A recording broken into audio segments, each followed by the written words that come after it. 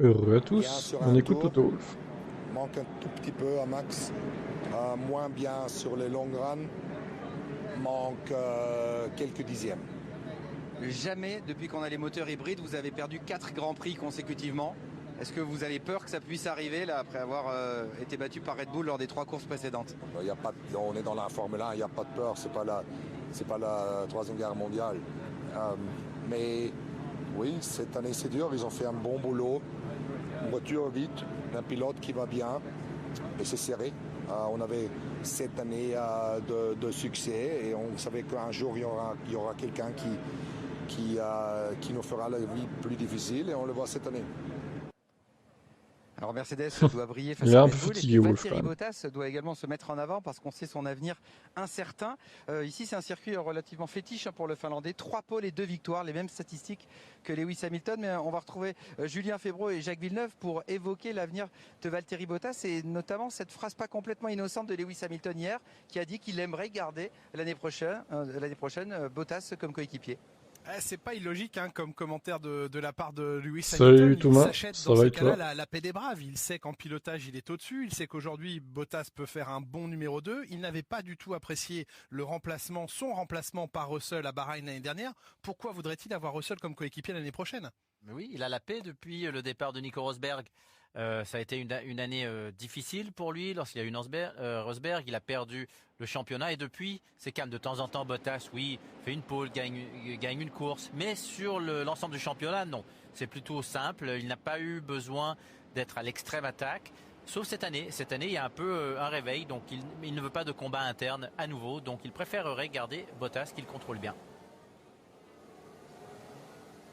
Réponse d'ici quelques semaines, voire quelques mois, peut-être Mercedes qui cherchera d'abord à régler l'avenir d'Hamilton avant de penser au deuxième pilote. Vous avez vu il y a quelques instants Max Verstappen passer juste ici dans le paddock en direction du garage. Franck, après avoir évoqué Mercedes et Red Bull, parlons un petit peu de Ferrari qui était très solide, une bonne surprise du début de saison et qui s'est écroulé au Paul Ricard. Gros problème dans la gestion des pneus, 0 point marqué pour la première fois de l'année.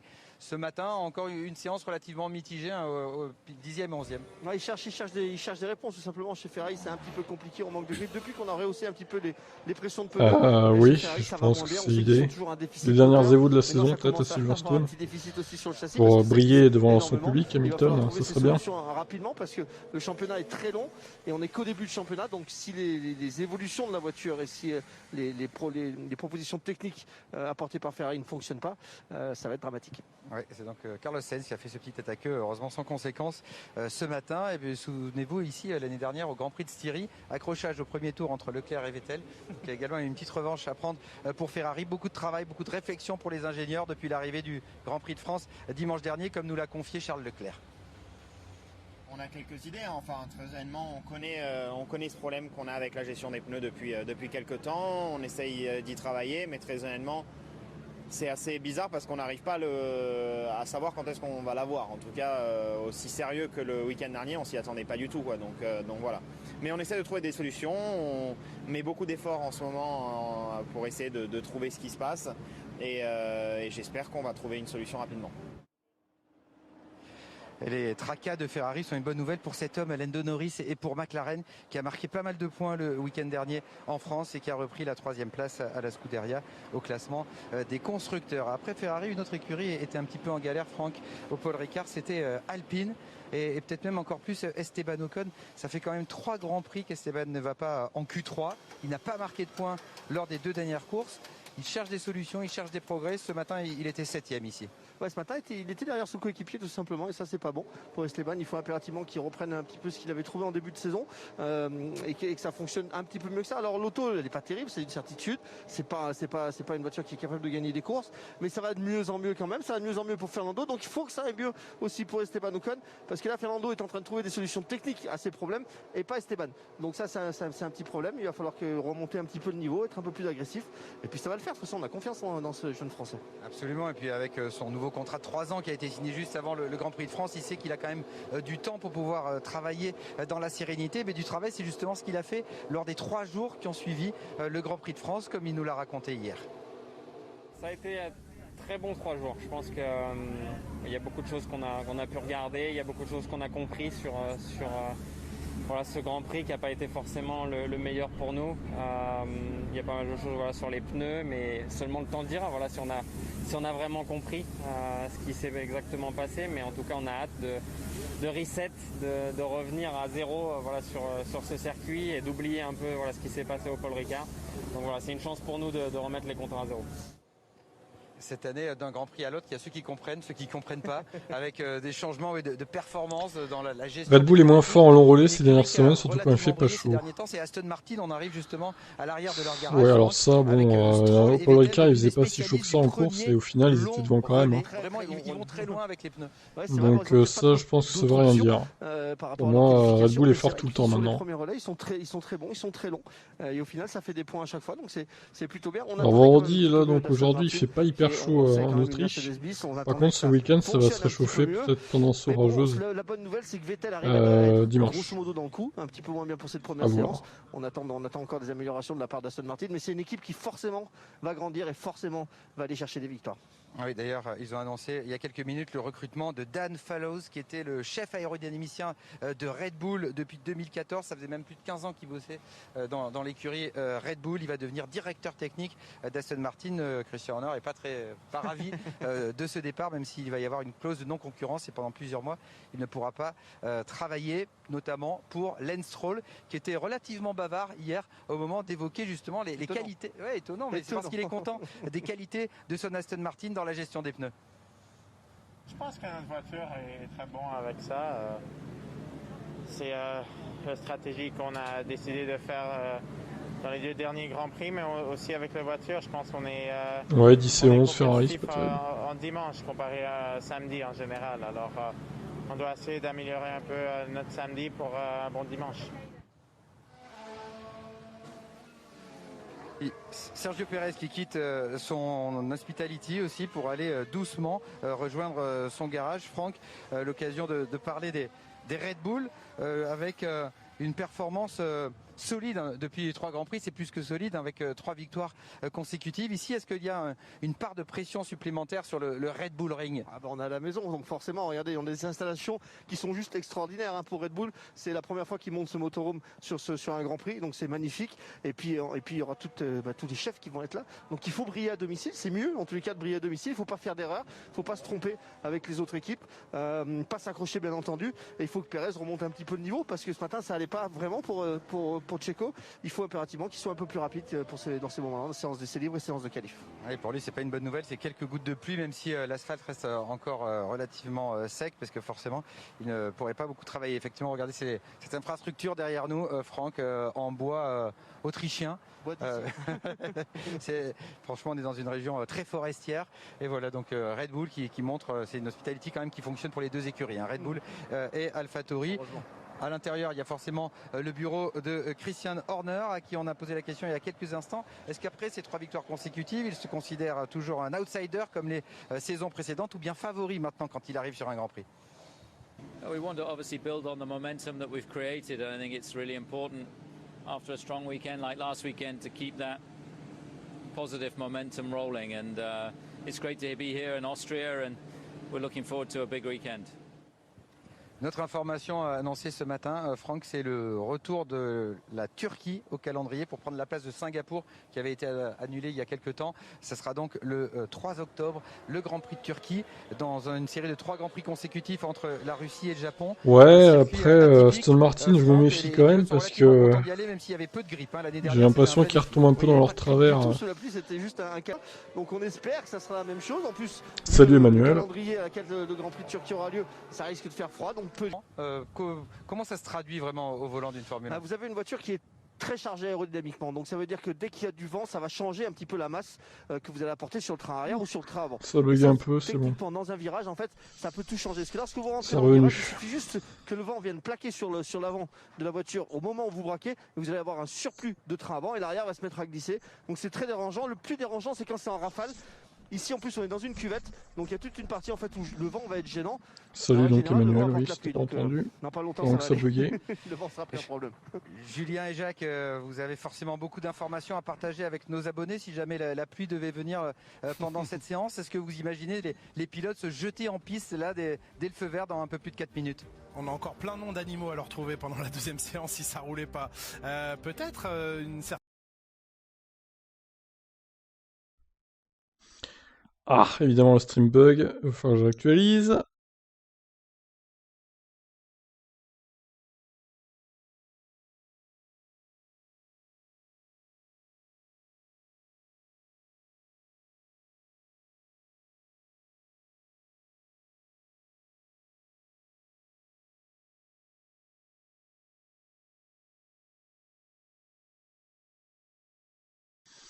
Et merde, ça marche plus, qu'est-ce qui se passe? Quel enfer. Je vais aller sur le Discord si c'est ça. J'arrive. Et oui, les aléas du direct, terrible. Mouillé tout au long du tour et qui ne soit pas séchante, et là les pilotes peuvent faire un peu de travail. C'est bon, on est sauvés. Alors, avant de vous donner la parole définitivement pour cette deuxième séance d'essai libre, Julien et Jacques, on va vous montrer très rigolo. Puis il y a quelqu'un d'assez taciturne, même si quand il est un peu dans le domaine privé, Kimi est beaucoup plus rigolo que ce qu'il lui paraît. Mais c'est sûr que quand vous mettez ces deux hommes-là ensemble, c'est plutôt sympathique. Et on leur a pas donné de consigne, hein. Aucune question, ils ont pu discuter, vous verrez tout ça dans la grille à partir de 14h05 sur Canal Sport Weekend, un canal décalé dimanche avant le départ de ce Grand Prix à 15h sur Canal. Elle est à 2 minutes 30. DNF Verstappen, bah dis donc. Pour les commentaires de cette deuxième séance. Là il l'aurait mauvaise. Hein. Et vous l'avez dit il y a quelques minutes, Laurent Dupin, le record peut-être, triste record à battre pour Mercedes, il ne s'imposait pas ce week-end. Voici 3 Grands Prix déjà que Mercedes n'a plus remporté une course. La dernière fois que cela s'était produit, c'était en 2019. Le Grand Prix de Hongrie avait été la dernière victoire Mercedes avant que Belgique, Italie et Singapour leur échappent. De nouveau une victoire en Russie pour Lewis Hamilton cette année-là. Et bien là, on est à 3 succès consécutifs de Red Bull, et ce qui donne un avantage certain. Alors on n'est qu'en première partie de saison, on touche au premier tiers de la saison. 12 points d'avance pour Max Verstappen, 37 points d'avance pour Red Bull sur Mercedes au championnat constructeur. Et ce week-end, eh bien, qui, sur le papier, une fois encore, donnerait un avantage technique, performance. Après, ça veut rien dire hein, qu'il a abandonné l'année dernière, on verra. Mais... ça reste à confirmer dans les conditions météo qui seront celles que nous allons découvrir au fil de cette séance, au fil du week-end. La voiture de Pierre Gasly encore sous contrôle et action de ses mécaniciens. Il n'y a pas encore le plein à bord, vous le voyez grâce au petit panneau accroché au centre de la voiture. Et il y a énormément de travail, oui, au point que là, c'est plus que de la préparation de séance, c'est un problème très certainement découvert sur la monoplace du Français. J'ai peur qu'il perde du temps dans cette séance d'essai libre. On sait que les mécaniciens sont capables d'intervenir vite, très vite, mais là, on est loin d'une voiture prête à prendre la piste, alors que cette séance va commencer dans moins de 50 secondes maintenant. Et pour Honda, ces 3 victoires d'affilée font suite à des victoires d'Ayrton Senna dans les années 90. Ça n'était plus arrivé à Honda d'enchaîner autant de succès depuis Ayrton Senna.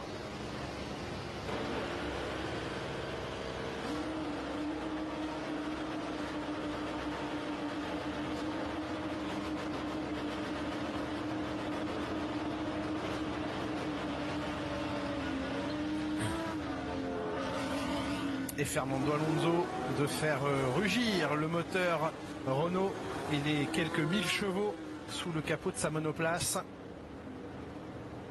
pour aller se positionner très tôt à la sortie de la voie des stands. Vous posiez la question, Jacques Villeneuve, de savoir si les pilotes allaient se précipiter en piste ou non. Eh bien, pour certains, la réponse est oui. Ce sera le cas pour Yuki Tsunoda d'ici quelques instants. Il y a foule à la sortie de la voie des stands avec ce passage au vert maintenant. Tous les pilotes veulent avoir au moins quelques tours sur le sec, et on en voit certains avec des gommes dures pour préparer la course de dimanche.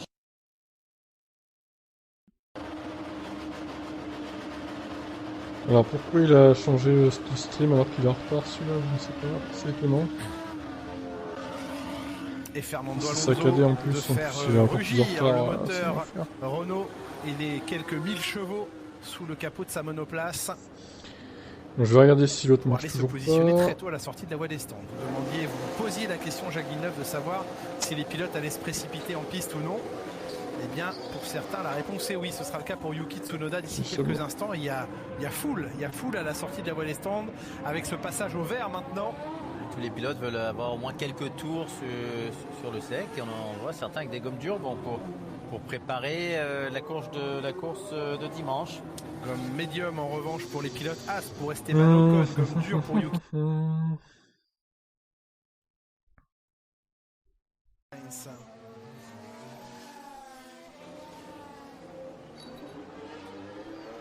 Putain, j'ai un retard, j'ai au moins 1 minute 50 de retard, quoi. C'est terrible. Je suis obligé de recaler encore. J'ai même 2 minutes de retard. C'est énorme. Là, franchement, c'est du jamais vu. Heureusement que c'est pas la course. Hein. Ça ferait 2 tours de retard quasiment. Chauffer pendant 2 heures à 60 degrés et maximum 30 minutes à 80 degrés. Kubica a remplacé Raikkonen ce matin, ouais, j'ai vu ça. Bon, Kubica a encore des temps un peu moisis. Hein. Bottas très à l'aise, ouais, il a l'air pas mal, Bottas. A aussi sont limités à 80 degrés de température sous les couvertures chauffantes. Tout cela, évidemment, afin d'obliger les écuries à respecter certains paramètres d'utilisation du pneumatique une fois en piste.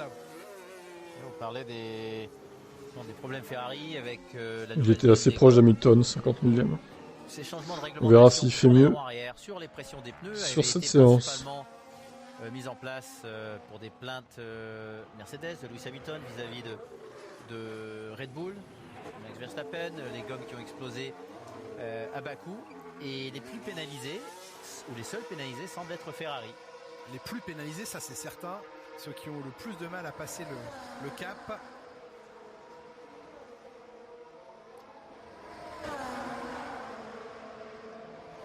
Et non, Olivier, pas d'image, parce que sinon c'est le strike. Premier à s'élancer. Rejoint en piste en pneu dur par Lewis Hamilton.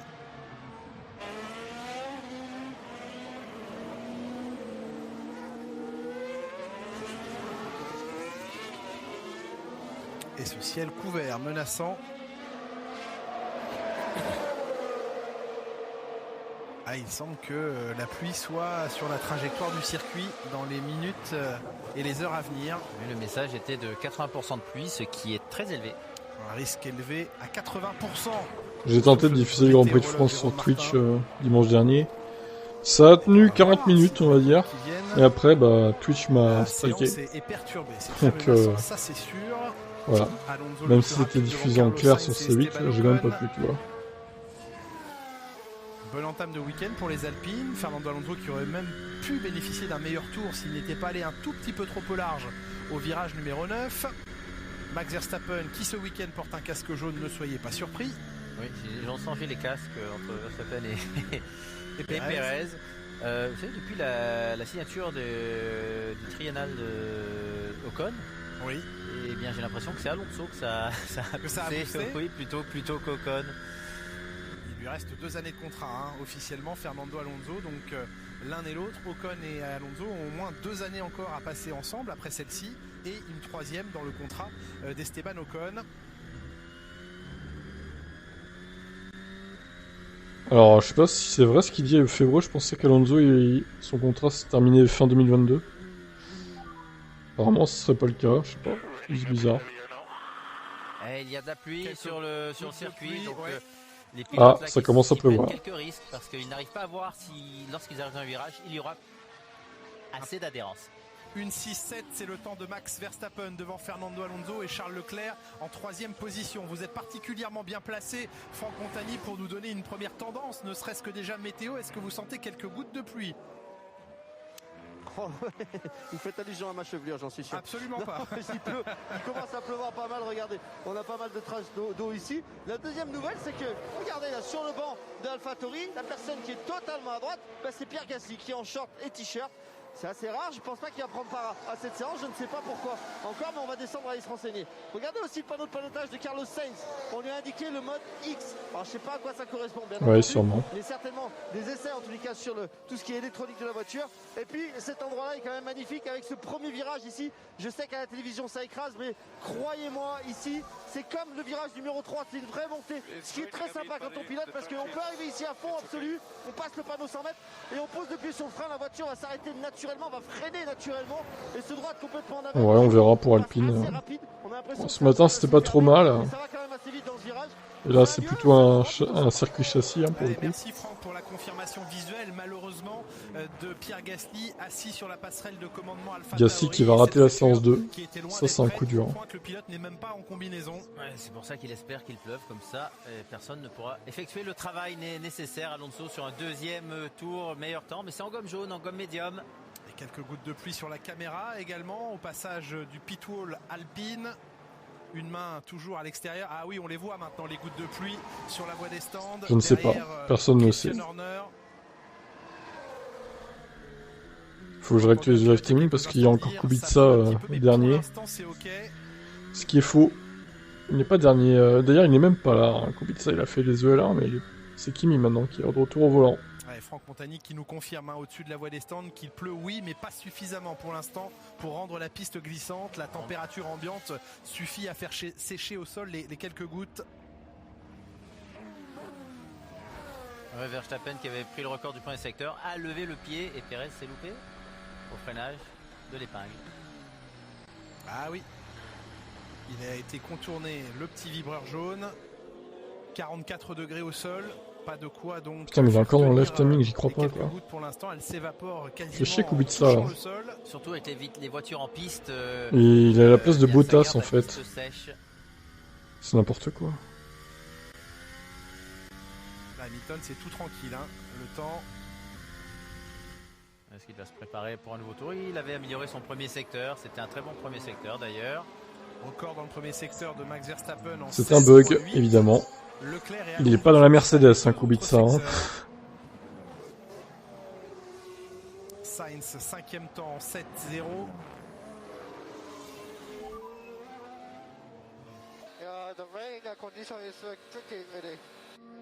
Ouais, Tsunoda qui dit que ça devient un peu compliqué à gérer ces conditions pluvieuses. Blocage de roue de Fernando Alonso au freinage du numéro 3. Oh, il va arrêter de pleurer un peu Tsunoda et se prendre en main là.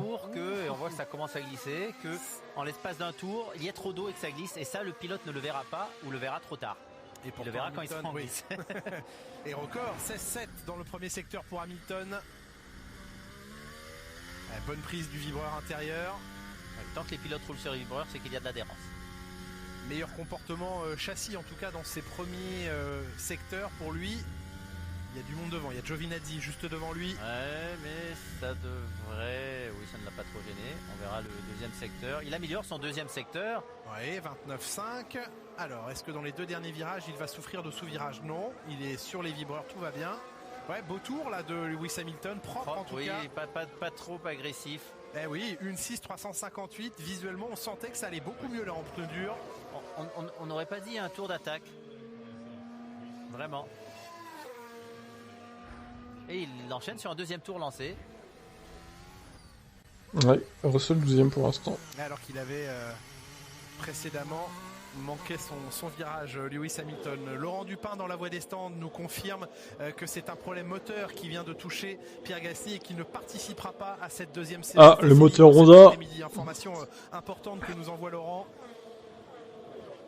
Honda qui n'avait pas été piégé pour l'instant sur la fiabilité, et bien là connaît un souci. Il reste à déterminer quel est évidemment ça tombe sur Gasly, c'est dommage de ce problème, mais ça prive Pierre Gasly d'une deuxième séance et d'une heure de travail supplémentaire aujourd'hui.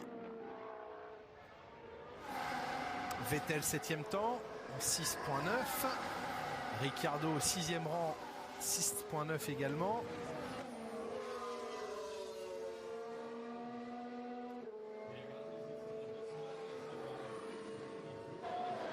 Là aussi, hein, en 2 dixièmes. Que de Sainz.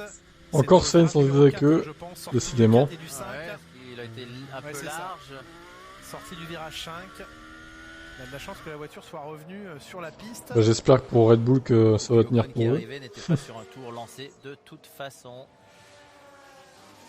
Ça fait quoi, 2 têtes à queue pour lui aujourd'hui? Pour Carlos Sainz? Oui. Il n'en avait pas fait un ce matin, je crois, oui, au premier virage. Ah oui, il est parti en tête à queue au premier virage devant Valtteri Bottas. Ah, il est allé mort. Ouais. Il a été dans le sable.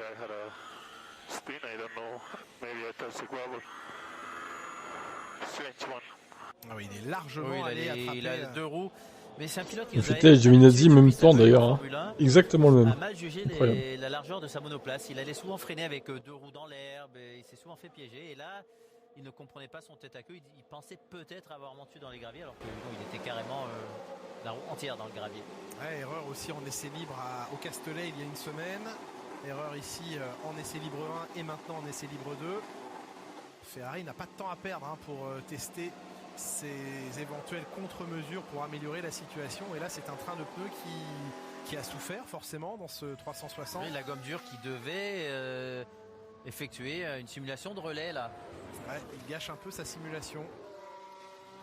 Lewis Hamilton, après avoir fixé un premier bon temps, reste en piste, ce qui veut dire qu'il y avait un peu d'essence dans les réservoirs.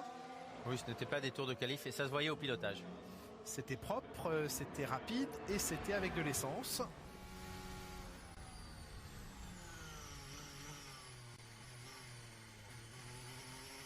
Il est arrivé tellement doucement qu'il s'est fait surprendre. Ouais, il arrivait lentement, il n'a pas freiné fort et à la fin du freinage, il s'est rendu compte. Ouais, bonjour Abdel. Il en manquait du freinage. Même endroit, mais cette fois avec Max Verstappen. Ils se font tous avoir là. Il y a quelque chose. Est-ce que la piste est légèrement humide ou est-ce qu'il y a du vent arrière à cet endroit? Pile sur les traces de gomme, il suffit que l'eau soit un peu posée à cet endroit-là. C'est l'endroit le plus glissant lorsque la piste est humide. Hamilton et Verstappen ne se quittent tellement pas ni au championnat ni en course qu'ils font les mêmes erreurs aux mêmes endroits pour vraiment rester au contact l'un de l'autre. Ils testent les mêmes erreurs, c'est pas mal ça quand même. Verstappen record du tour dans le 2e secteur et qui va franchir la ligne avec une petite aspiration offerte par Tsunoda et prend le meilleur temps à Lewis Hamilton, une 6,192, 166 millièmes de mieux. Le blocage au tour précédent n'a semble-t-il donc pas endommagé sa gomme et c'est un meilleur temps pour le néerlandais.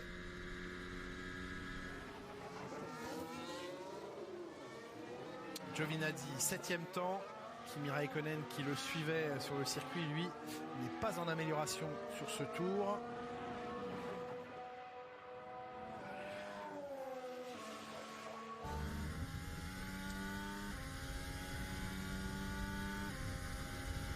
Et Valtteri Bottas qui va attaquer lui son début de séance mais directement en gomme rouge. On va laisser Bottas à son tour rapide. Avant cela, Franck, on prend des infos avec vous côté paddock. Laurent nous confirmait un problème moteur chez Gasly, vous êtes devant son garage. On a un problème moteur chez Gasly, on est en train de changer quelques pièces à l'intérieur du moteur, donc ça veut dire que le moteur n'est pas cassé, ça veut dire aussi qu'on ne va pas changer le moteur, donc ça c'est une très bonne nouvelle, mais il y a quelques pièces qui sont défectueuses à l'intérieur, donc on fait une opération cet après-midi pour être sûr pour le week-end.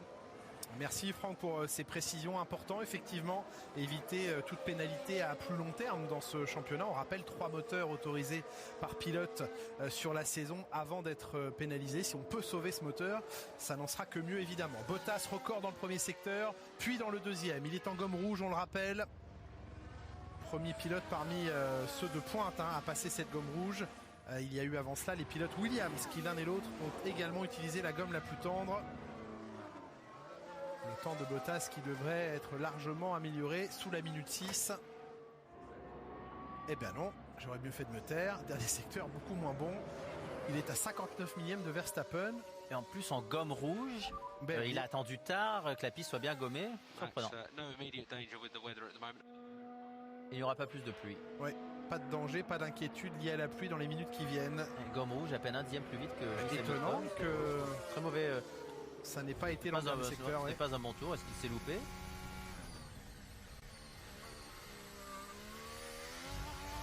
Oh là oui, Vive aussi, il a de la chance d'être... Il a levé le pied lui, pas comme ça. Ah oui, parce que là, ça pouvait rester dans le bac pour un petit moment. Ça sort large pour Lewis. De la part d'Hamilton pour revenir en piste. Oui, il est rentré dans le virage avec l'arrière légèrement survireur déjà et après il s'est un peu écarté. Comparaison de passage dans le virage numéro 1 entre Hamilton et Verstappen. Lewis Hamilton qui emmène de la vitesse un peu plus longtemps que Max Verstappen, qui décale légèrement son freinage. Les deux eh bien, se retrouvent à vitesse similaire en milieu de virage et en sortie, même si ça offre à Hamilton, grâce à ce freinage un peu plus tardif, 9 centièmes d'avance sur Verstappen dans ce premier virage. La reprise de gaz de Verstappen est un tout petit peu anticipée, logique, par rapport à Hamilton.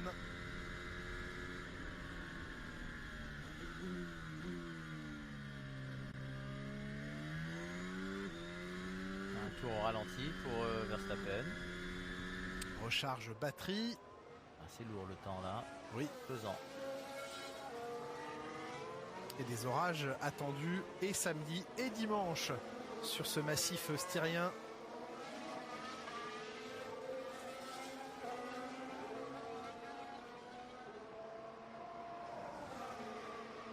Et la pluie sur ce circuit arrive généralement souvent par le haut du circuit, par le virage numéro 3. Là on a vu Hamilton et Verstappen tirer tout droit.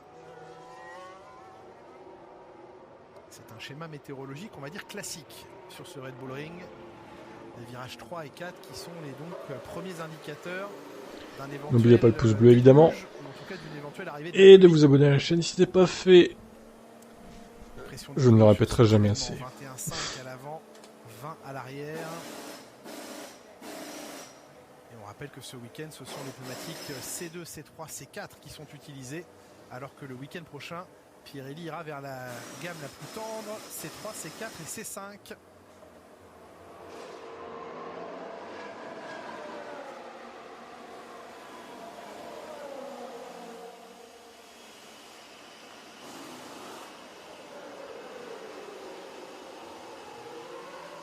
Alors, premier relais effectué avec une première gomme. Beaucoup de pilotes sont passés au stand.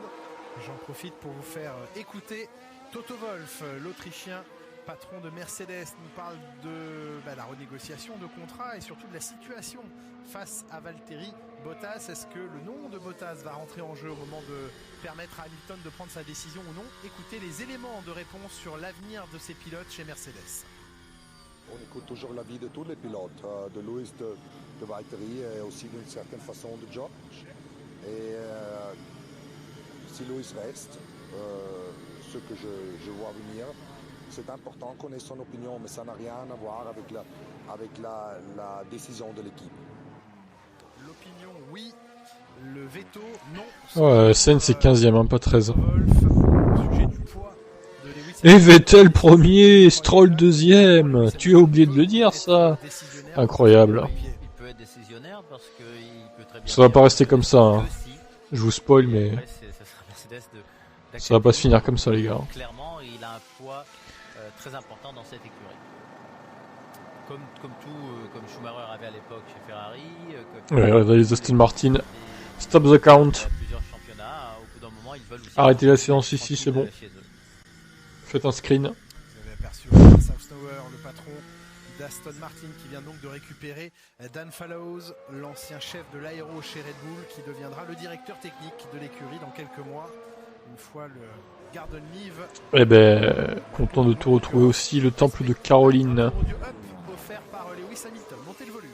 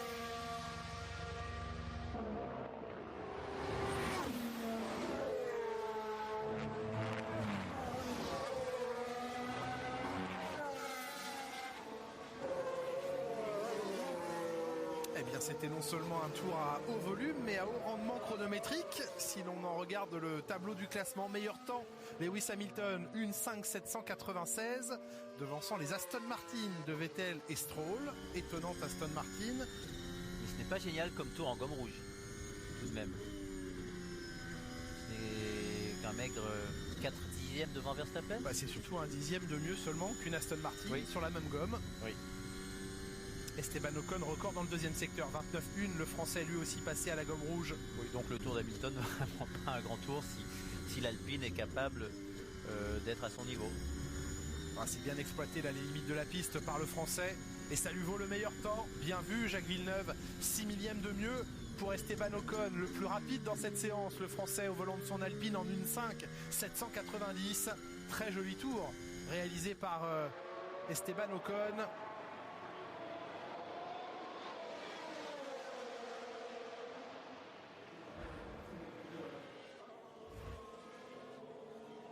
Charles Leclerc qui retire cette petite protection de visière qui a tendance, quand elle n'est pas sympathique, à venir se loger dans les écopes de frein. Et Ocon incroyable, 6 millièmes devant Lewis Hamilton. Qui s'ouvre. Et bien voilà le tir-off du pilote monégasque accroché à son aileron. Et ça a un effet aérodynamique. Ah bah ça nous donne une idée des perturbations aéro qui s'échappent d'un aileron arrière.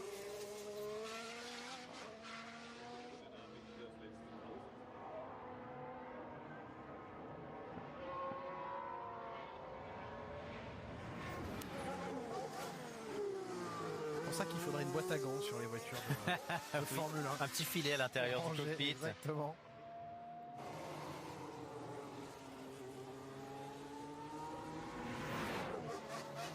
« 307 km/h de vitesse de pointe avant le freinage du virage numéro 4 pour Fernando Alonso.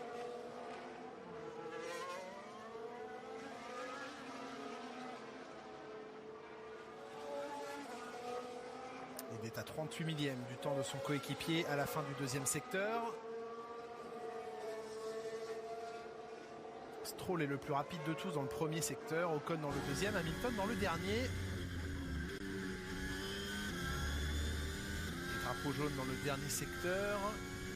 Latifi est parti à la faute dans le troisième secteur. Ah, Latifi, le fameux. Oh là là, mais il est dans le gravier. Quel enfer. Alors est-elle dans le bac ou au bord du bac? Oui, c'était un tête à queue. Au bord du bac, ça va. Donc il va s'en sortir. Comment il était là? Moi, je pense que c'est entre les deux virages à gauche qu'il a perdu le contrôle. Ouais, étrange, j'ai jamais vu une voiture arrêtée à cet endroit. Les pneus sont ruinés, les pneus arrière sont déchirés. Ouais, ça claque des dents là. Déchiré. Gaëtan Gégaud, l'ingénieur français, ingénieur de piste de Nicolas Latifi qui rappelle son pilote au stand. Il a bon. Non, il laisse passer. Je crois qu'il a abandonné. Dans le très rapide virage numéro 9, c'est un endroit tendu lorsque un pilote veut entrer au stand et qu'un autre reste à pleine vitesse. Là, il rentre au stand. Le pneumatique tendre ne servira plus. On revoit ce qui est arrivé à Nicolas Latifi. Et encore un drapeau jaune, hein. Je voudrais pas dire les gars, mais au lieu de nous mettre un replay là. Ah ouais, il a mordu un peu sur le bas-côté, puis là au moins il y a des bacs à gravier. C'est un bon circuit. Ah oui, mais là les roues arrière c'est comme Sainz, il avait mal estimé la largeur de sa voiture, 2 mètres la largeur des monoplaces. Bon par contre c'est bien de nous mettre des replays, mais il se passe des choses là. Attention parce qu'il y a déjà eu des tonneaux en étant en travers comme ça dans l'herbe.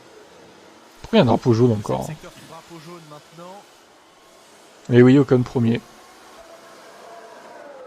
Ça va pas durer, hein, t'inquiète pas. Alors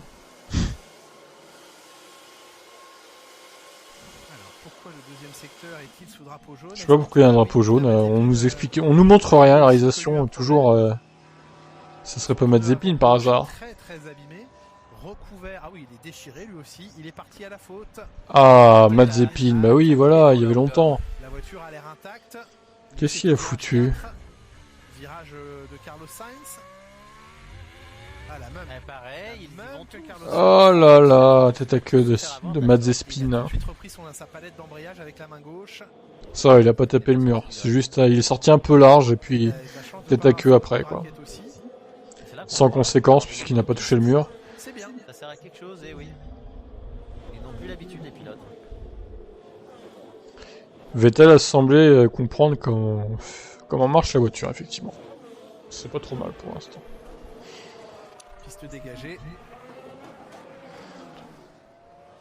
Je pense que Aston Martin devrait être pas mal au Red Bull Ring. Amélioration personnelle sur son premier secteur. Lui aussi au passage de la gomme rouge maintenant. Et vitesse de pointe. J'espère qu'ils vont s'améliorer la réalisation. Perez et Verstappen, donc les 10e. Mazepin toujours au rendez-vous. Eh oui. Toujours là pour faire des têtes avec eux. Charger un peu plus les ailerons, profitant des 3 zones de DRS. Ça semble logique puisque toutes les lignes droites sont en DRS. Donc toutes les lignes droites sont avec peu d'appui aérodynamique.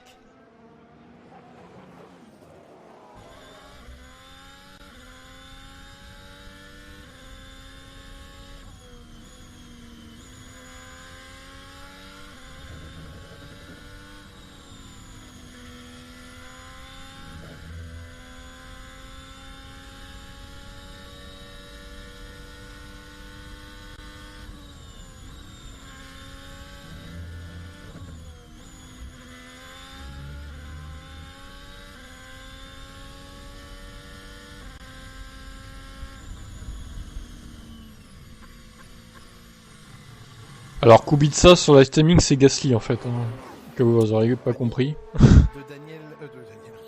Gasly ne fait pas la séance donc au pire c'est pas très grave. Si c'est pas lui qui est marqué dans live streaming.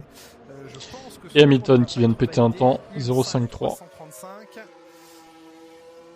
Mais il était très large à la sortie du dernier virage. Est-ce qu'un...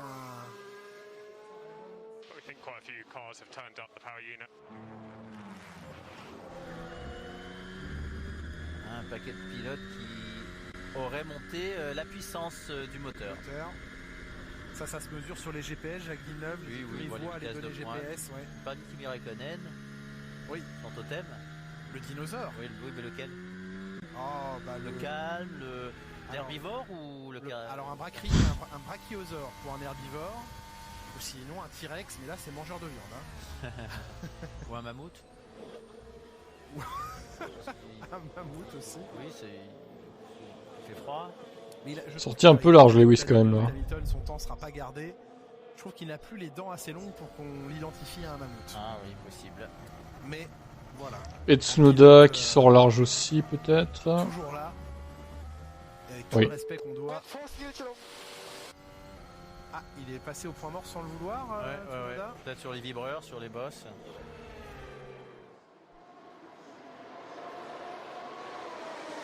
La direction de course qui confirme. Et le temps d'Hamilton est effacé. Putain. L'annulation du tour de Lewis Hamilton qui lui valait à ce moment-là le meilleur. Ces fameuses track limits. Qui retrouve donc la 3e place avec son meilleur temps précédent qui était d'une 5.7, quasiment une 5.8. Alors, Honey Badger, c'est pas le blaireau, c'est un ratel, m'a-t-on dit. Ah, des experts animaliers. Pas pareil, C'est pas pareil, toutes mes confuses. C'est donc la traduction exacte du Honey Badger. Et Ricciardo, incroyable, 2e. Pour la 2e place, le Honey Badger. Verstappen, Ricciardo, ça me rappelle de bonnes associations de pilotes.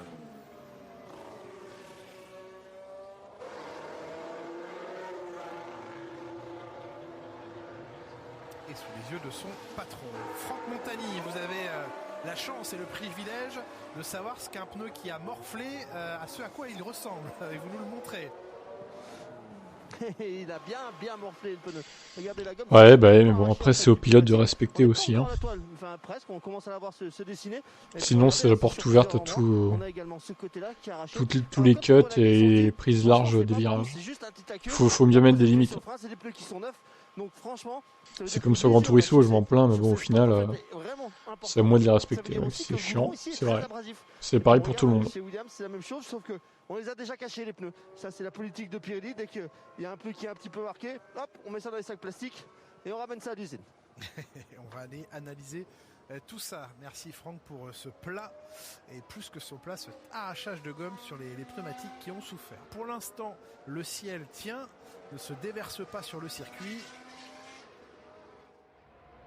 La première moitié de séance aura donc été à peu près épargnée, même si quelques gouttes de pluie sont venues tout à l'heure animer un tout petit peu le début de séance. L'animateur de ce début de week-end, c'est Max Verstappen. Meilleur temps de la première séance d'essai libre. Actuellement le plus rapide en piste en 1.5.4. Alors que son coéquipier Sergio Pérez vient de signer un 1.6.0. Là, c'est trop loin, plus de 6 dixièmes. Vraiment loin. On le voit souvent en difficulté avec la gomme tendre, Pérez. Il avait beaucoup plus de mal à l'exploiter que son coéquipier.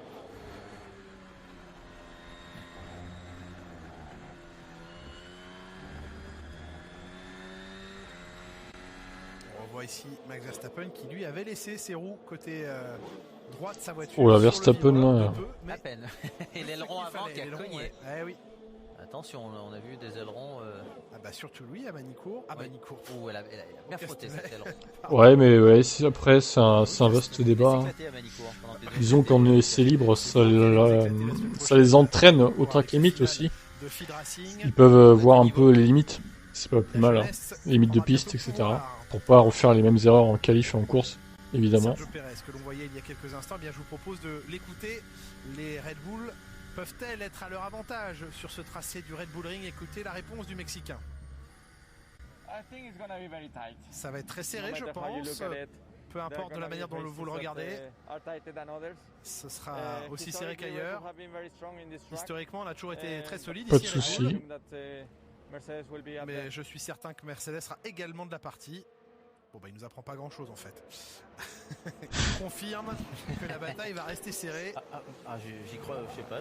Vous attendiez une déclaration fracassante? Oui. Je suis un peu surpris. Il faudra attendre un petit peu pour ce qui est du fracas.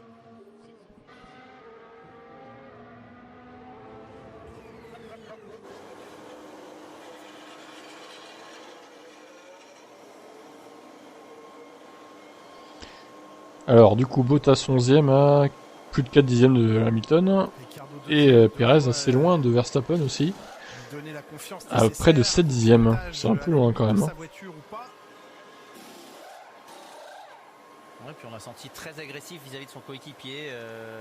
Dernièrement, ça lui fait du mal là, d'être généralement battu par Norris. Dernier week-end, il a été très agressif en piste pour rester devant. Je suis surpris que Daniel Ricciardo n'enlève pas les deux bouteilles qui se trouvent de chaque côté, comme une certaine conférence de presse.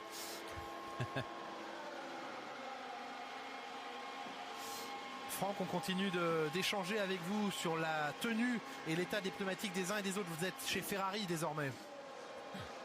Ah, ça c'est le deuxième train du deuxième tête à queue de Carlos Sainz. Alors Sainz c'est facile, c'est ici le 55, 201 c'est le 7 du pneumatique. Et puis ici on le voit bien le plat. Ici hop, cette partie là qui a bloqué un petit peu. Alors, il a lâché les freins un peu plus tôt, mais ici on voit bien le plat. On le voit bien ici aussi à l'intérieur. Ça a commencé à marquer pas mal le pneu, à ouvrir un peu le pneu également. Et puis bien sûr le pneu qui est le plus marqué, Pirelli, hop, l'a déjà ramené. Ça disparaît rapidement. Logique. Giovinazzi qui intègre le top 10.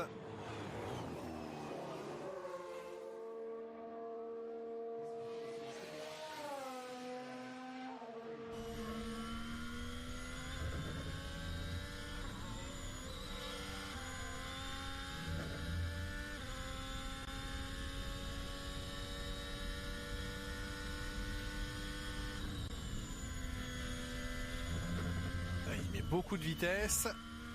Mais ça tient dans les limites, bravo. Ce n'est pas un très bon deuxième secteur et l'amélioration est vraiment légère. Il est derrière son coéquipier.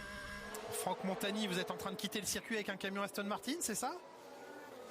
Oh, j'aimerais bien regarder ça, il y a plein de surprises en fait. Il faut bien choisir le camion parce que de temps en temps c'est un camion atelier et puis de temps en temps c'est tout simplement un camion à l'intérieur avec un châssis complet comme on peut le voir ici sur les tréteaux. Donc ça veut dire que à l'intérieur ici il y a des mécaniciens qui vont travailler pendant que la voiture roule, pendant que le mécanicien travaille sur un autre châssis à l'intérieur. C'est un spare, c'est ce qu'on appelle simplement un spare. Ça veut dire que si un des deux pilotes casse le châssis pendant la séance, on va pouvoir mettre ce châssis en place et déjà il est à peu près monté. Et je pense que il est à peu près monté, tous les câblages sont faits dessus.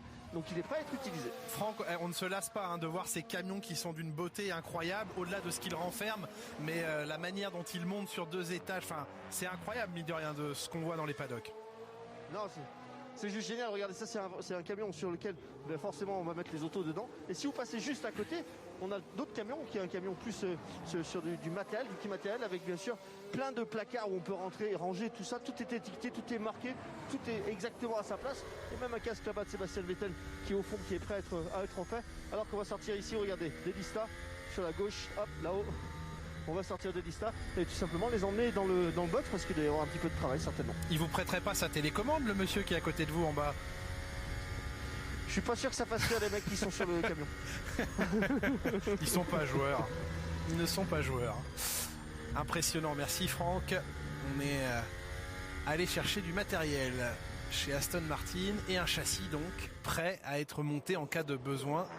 Un changement de cellule, c'est jamais bon signe, hein. C'est souvent synonyme d'une grosse sortie de piste. Oui, ou un châssis qui a peut-être des cracks à force d'être passé sur des vibreurs, et on s'en rend compte, ou parfois c'est un doute, hein, tout simplement.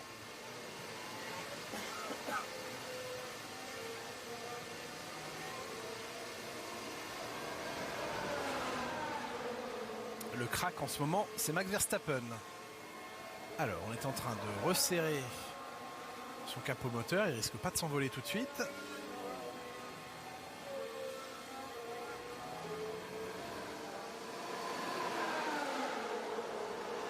Chez AlphaTauri, on vous le rappelle, hein, seul Yuki Tsunoda participe à cette séance. Problème moteur, problème de pièces à l'intérieur du moteur de Pierre Gasly. Ouais, ils ont relais, c'est parti là.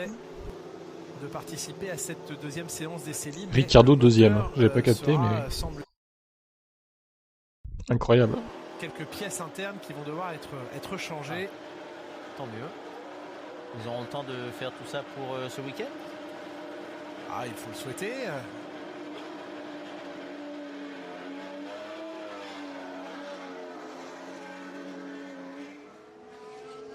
Et Fernando Alonso, respectueux de ses mécaniciens, qui sort très calmement du garage pour ne pas laisser de traces de gomme. Il n'y a rien de plus énervant pour les mécaniciens et qui vont nettoyer à chaque fois derrière.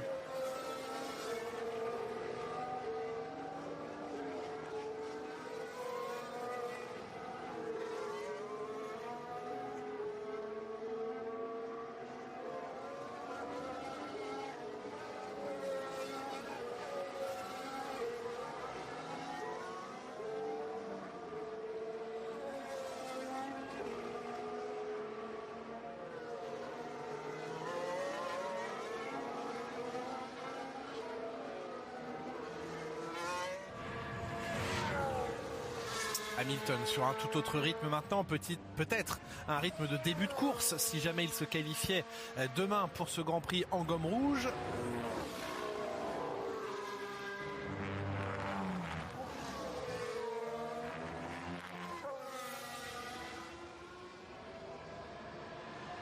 Des temps à 4 secondes des références sur un tour. C'est bien 4 secondes, c'est oui. Proche, on voit souvent des 7-8 secondes.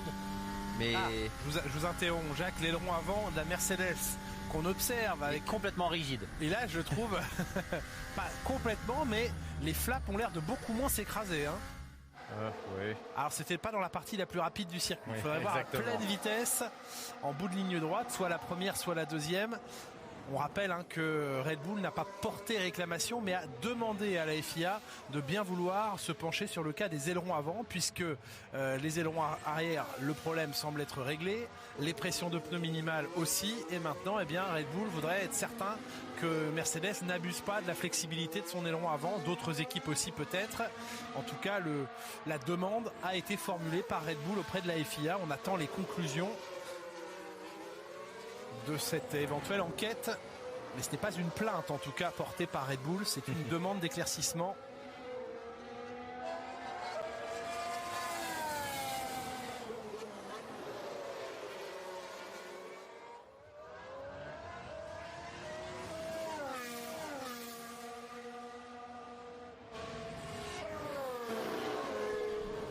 Bon là ça améliorera pas, hein. Je pense que clairement on va mettre les best laps.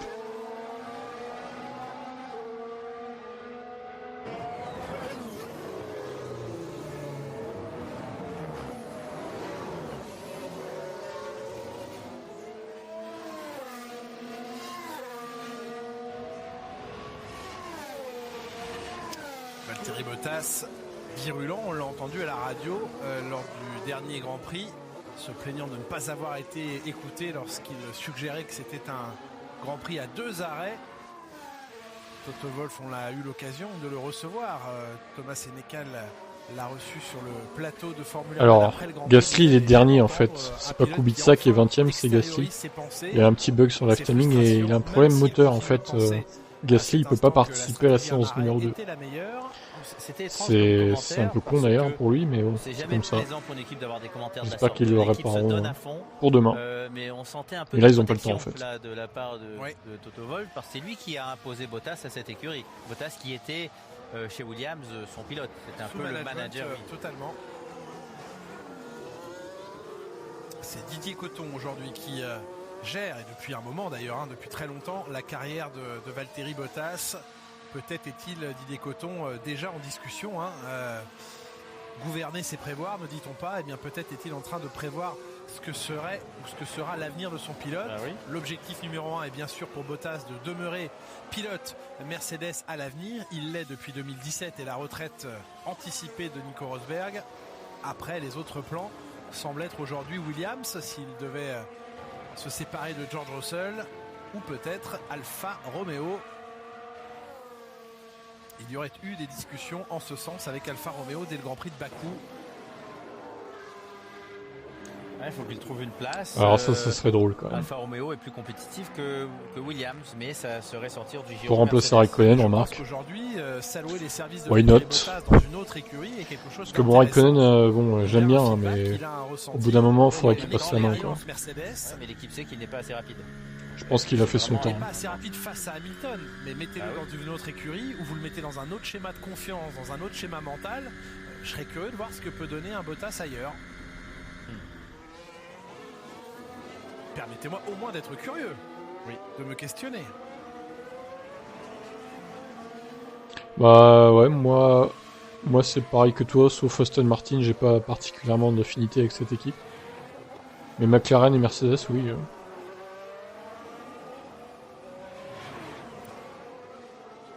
J'aime bien. Oh là, qu'est-ce qui s'est passé? Il est pris à la faute dans les stands, Valtteri Bottas. Mais non. Qu'est-ce qu'il a fait, Bottas, là? On voit les roues bloquées, par contre, on ne voit pas de traces. Ah là, je vous mets le replay hein, dès qu'on l'a. Il est complètement à la perpendiculaire dans les stands. Hein. Ah oui, il est chez McLaren, là. Oh là là, mais qu'est-ce qu'il a fait? Qu'est-ce qui s'est passé pour que Bottas se retrouve en tête à queue dans la voie des stands? Putain. Ouais, les pneus francs en sortie des stands. Ah, j'ai hâte de voir là. Mettez-nous le replay, les gars. Le limitateur enclenché, elle est bonne celle-là. Allez, vas-y. On regarde. Dépêchez-vous. Attention. Oh non. C'est gênant. C'est gênant pour Valtteri. Le rupteur, il... Ah là là là là, c'est gênant. Oh. C'est extrêmement gênant là ce qui s'est passé quand même. Ah, ça c'est surprenant, c'est très dangereux. Ah bah oui, parce que là si la voiture revient 10 mètres plus tôt, elle peut aller chercher des mécanos. Hein. Des mécanos et ça peut faire non mais sérieux quoi. Il était censé avoir un peu de couple quand même. Mais les pneus, les températures de pneus qui ont posé problème. Est-ce que le rupteur fonctionne en deuxième? Ah bah le limitateur de toute façon, mais... Donner la Honda à Alonso, finir la première, c'est une course de... Voilà, c'est... On comprend rien là. En gros, donner le moteur Honda à Alonso, il va gagner, c'est ça l'idée quoi.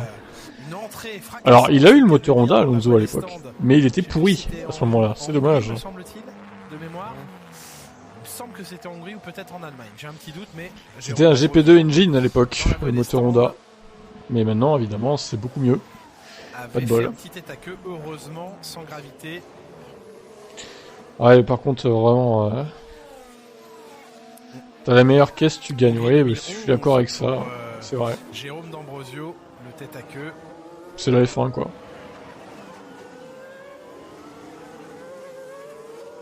Franck Montagny, côté paddock. Vous avez déjà fait un tête à queue dans la voie des stands, vous, Franck?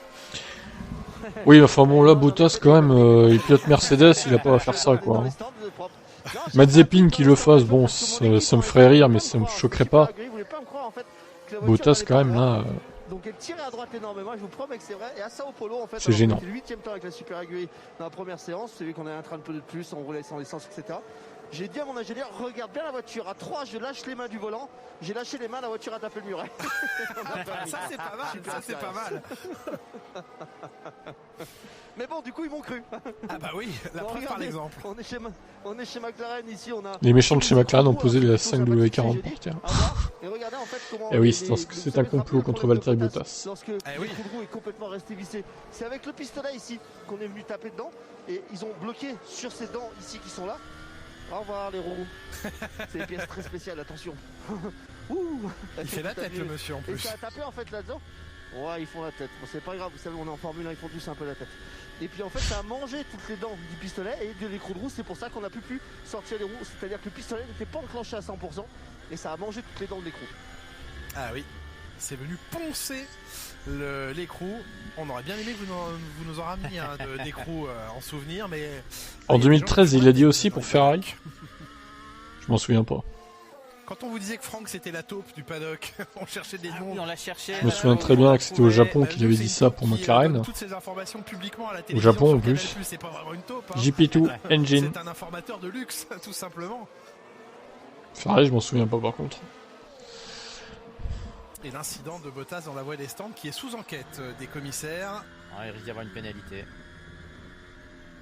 Une pénalité, il fait une erreur de pilotage. C'est dangereux dans le pit lane, c'est interdit. C'est interdit de faire Je demande 5 places de pénalité pour Valtteri Bottas. Ça serait un peu dur quand même. Basiquement, pas fait exprès. Oui, elle n'est pas faite exprès. Au même titre qu'on n'a pas le droit de mettre la marche arrière dans une voie descente parce que c'est dangereux. Il n'a pas mis la marche arrière. Il a fait un tête à Il a mis sa voiture en marche arrière, mais...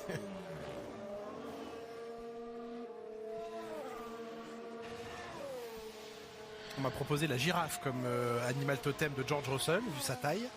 Ah oui, pas mal. Ça aurait pu convenir également à Esteban Ocon, le plus grand du paddock.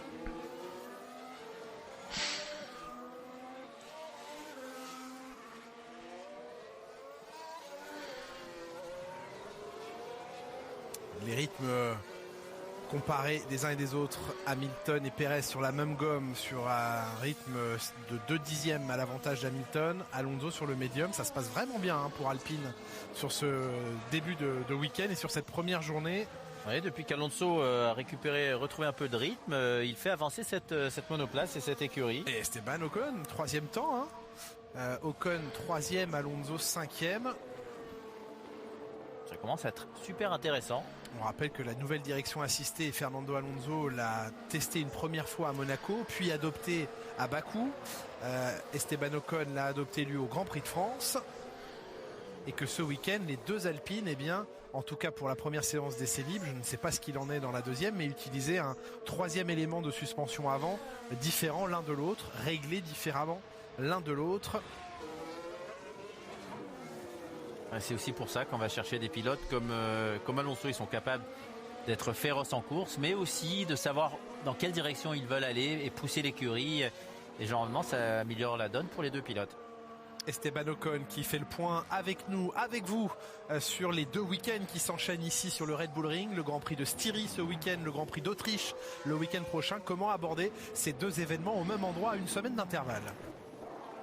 Il va y avoir des pneus différents, donc ça va être un travail complètement différent entre cette semaine et la semaine d'après. C'est pour ça aussi que ça va être intéressant d'essayer forcément ces deux compounds de pneus. Mais ça sera hyper serré comme toujours et je pense que un dixième ça fera 3 ou 4 places. Donc il faudra être le meilleur sur tous les petits détails. Et à propos d'Esteban Ocon, sachez qu'il utilise depuis cet après-midi sa deuxième batterie sur sa voiture et sa deuxième centrale électronique. Ils ont droit à 2 par saison. Ils ont droit à 2, absolument. Donc c'est tôt dans la saison. C'est tôt, mais ça peut être simplement une volonté d'utilisation plus qu'un problème véritablement repéré. On rappelle les limites des éléments moteurs cette année: 3 moteurs thermiques, 3 turbos, 3 MGU-H, 3 MGU-K et ensuite 2 unités de contrôle électronique et 2 batteries. 8 sets d'échappement par saison. On sait qu'Alpine a consommé déjà beaucoup de sets d'échappement depuis le début de ce championnat.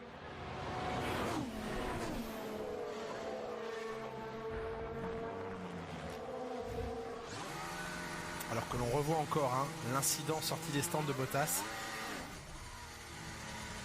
Ça peut prêter à sourire, mais ça aurait pu être vraiment dangereux. Très proche du mur. Il ne touche rien, heureusement pour lui. C'est le fait qu'il est pas relâché du tout. Michael, that's absolutely ridiculous. Literally, you could have taken other guys out there on the pit wall. Kubica, c'est un bug, hein. Il est pas là en essai 2. Ce matin, il était chez Alfa Romeo à la place de Raikkonen. Des mécaniciens. Croyez pas chez McLaren qu'il l'ait fait exprès non plus. Donc c'est pas grave, sûr c'est le pilote, il est maître de sa monoplace, il n'a pas à prendre autant de risques en sortie. Pour le moment, Ferrari s'est fait moins rire. Qui a donc placé sous enquête, en tout cas les commissaires ont placé sous enquête 11e et 13e, ouais. Mazzi, les directeurs de course, ils laissent ça reste serré, ils sont qu'à 7/10 finalement, mais sur un circuit comme ça, 7/10 c'est 10 places quoi. Une éventuelle pénalité, mais Michael Mazzi a été appelé à la radio par McLaren, c'est souvent le cas et on a de plus en plus, depuis plusieurs Grands Prix, on s'en félicite, les conversations et les échanges radio entre Michael Mazzi, directeur de course, et les écuries. Il reste 10 minutes. Pour l'instant, Alonso, les Alpines, pour l'instant, ça va. Toujours des petites coupures, c'est pénible. Le contentement de Max Verstappen à l'attention de Nicolas Latifi. On est de retour. Et les cadences de descente de rapport au virage 4 sont pas les mêmes entre Alonso et Verstappen. Alonso est en 2 temps. Pam pam. Voilà, ça glisse pour Leclerc. Moteur, la récupération d'énergie. Alors que Verstappen met pam. Ça c'est du rythme. Ah bah oui. J'aurais dû être chef d'orchestre. Leclerc qui évite de justesse le tête à queue, bien rattrapé. Vous étiez plutôt pam. Et très très bas dans les tours.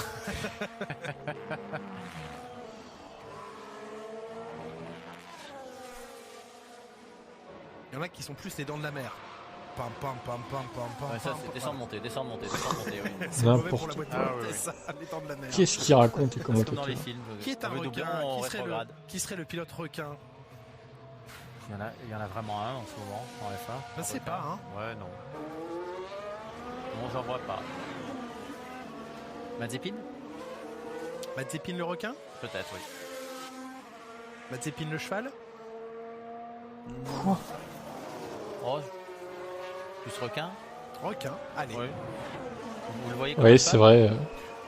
Alpine, c'est les rois des essais libres. Par contre, en qualif et en course, c'est moins bien. Peut-être que ça sera la même chose ce week-end.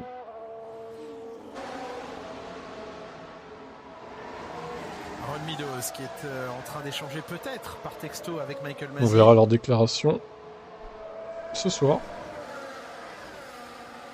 On rappelle, le directeur sportif de l'écurie.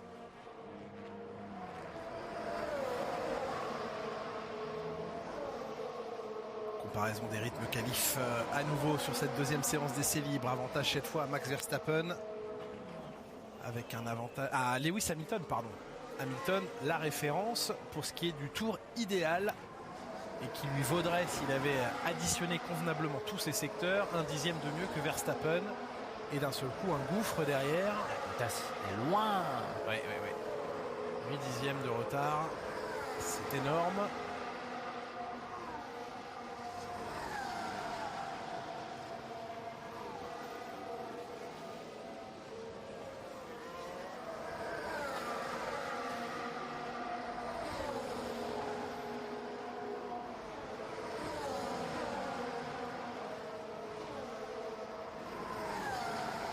Confirmation de la bonne performance potentielle des Alpines avec un Ocon bien placé dans cette hiérarchie. Ouais, je dis rien du tout.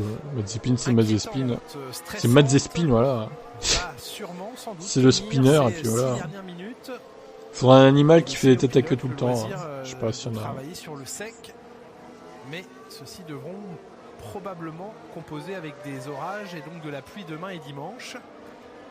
Et le fait que ce soit un circuit assez court avantage une team ou une autre, ou pas du tout. Alors ça, moi je dirais honnêtement que ça avantage personne. Plus, enfin, ça avantage pas une écurie plus qu'une autre. Ça fonctionne bien par rapport à une voiture déchargée. A priori, sont toutes à peu près pareilles sur chaque circuit les voitures. l'éventail. Tu vas voir, au des qualif, ça va chronos être à peu près les mêmes places très intéressant. qu'au dernier Grand Prix de À part France, au Verstappen final. qui est devant, le reste, le Pour moi, bilan ça changera est pas beaucoup. Putain, surprenant. le ciel, il est noir, hein, par contre. Ils ont de la chance On qu'il voit pleuve pas. Hein. Ricciardo, Ocon aux 2 premières places, Alonso aussi, Vettel, Giovinazzi à nouveau dans le top 10. Et Ferrari continue sur sa lancée de France du Paul Ricard. Ouais, une lancée périlleuse et douloureuse. Norris perturbé par la voiture qui est rentrée au stand devant lui. Et son temps ne sera pas valable, mais de toute façon il valait plus grand chose là, son temps, oui. Non. Puis à nouveau Sainz devant Leclerc qui aime les voitures pointues, précises et qui est capable d'aller vraiment très vite, et Sainz qui s'adapte plus facilement lorsqu'il y a des lacunes avec la monoplace. Pas bête, Thomas, Alors, pas Sainz bête. devant, normalement est un signe. Pas mal. Bien trouvé.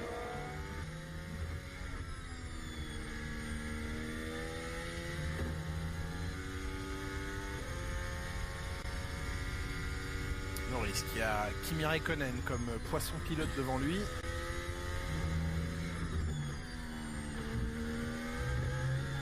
Ah, il est large aussi, il est encore une fois très large, là, assez déventé.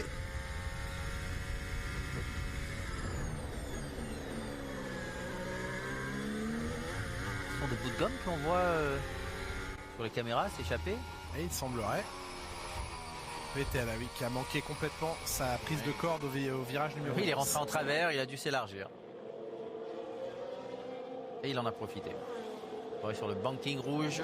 Éviter de se faire trop secouer sur les vibreurs à l'extérieur.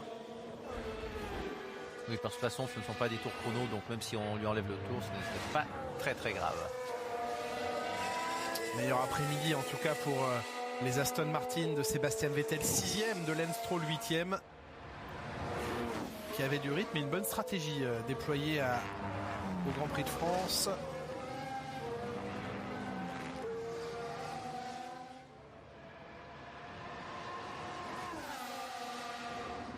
Ouais, sauf qu'au final, ça n'a pas changé grand chose au final. Bon, Bottas était plus à l'aise, c'est sûr. Pour Hamilton, c'était pareil qu'à Bakou au final.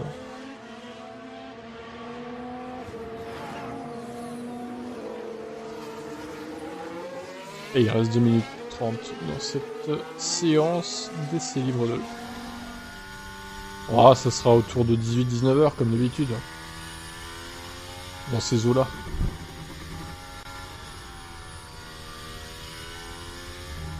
Ah, la voiture semble bien équilibrée, elle ne bouge pas. Le train avant reste performant. Elle va au point de corde, même à haute vitesse, il n'y a pas de difficulté. Il y a de la marge même un petit peu.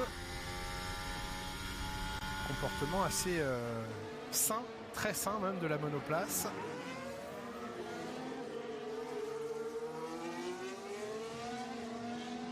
Leclerc qui reprend la piste à l'instant, puisque dans ces 2 dernières minutes, toutes les voitures en piste auront ensuite le droit de venir sur la grille de départ pour effectuer une procédure. Et puis le départ ici est très important. On voit beaucoup d'actions au premier virage et suivi au 3e, 4e, tout le premier tour. Oui. Le rendez-vous ne sera pas au premier virage, enfin pas seulement au premier virage, mais ce sera rendez-vous au virage 4, au virage 3. C'est là-haut que les différences pourraient se faire au jeu des aspirations. On vous rappelle que demain, la dernière séance d'essai libre sera à vivre à partir de 11h40 sur Canal+ Sport. La séance de qualification dès 14h45 sur Canal+ et sur MyCanal, 14h45 les qualifs. Et puis, eh bien, vous découvrirez la première épreuve de la saison des W Series. À 16h15, vous retrouverez Guenel Longy et Pierre Combeau pour vous faire vivre sur Canal+ également cette première épreuve de la saison des W Series. Dimanche, ce sera la Porsche Super Cup qui vous attendra en ouverture d'antenne dès 13h30. W Series. En pôle. Ça m'a l'air pas très passionnant comme Canal+ dès 13h. Comme discipline. La grille suivie du Grand Prix, 14h la grille, 14h55 le Grand Prix dans la foulée Formula One. Et regardez les collerettes de pneumatiques de gomme sur le flanc intérieur du pneumatique. On a vu dans la première partie, lorsque le virage gauche en descente, l'arrière qui se dérobait, celui en bas où l'avant s'écrase, c'est du sous-virage. La voiture qui s'écrase sur les amortisseurs, sur les butées. Ouais, c'est marrant les live GT Sport. Quand je rage sur les autres aussi. Le spin de Bottas est plus honteux que tous les spins de Mazepin. J'avoue que le spin de Bottas quand même est assez honteux. Imagine il aurait fait ça en course. L'horreur totale quoi.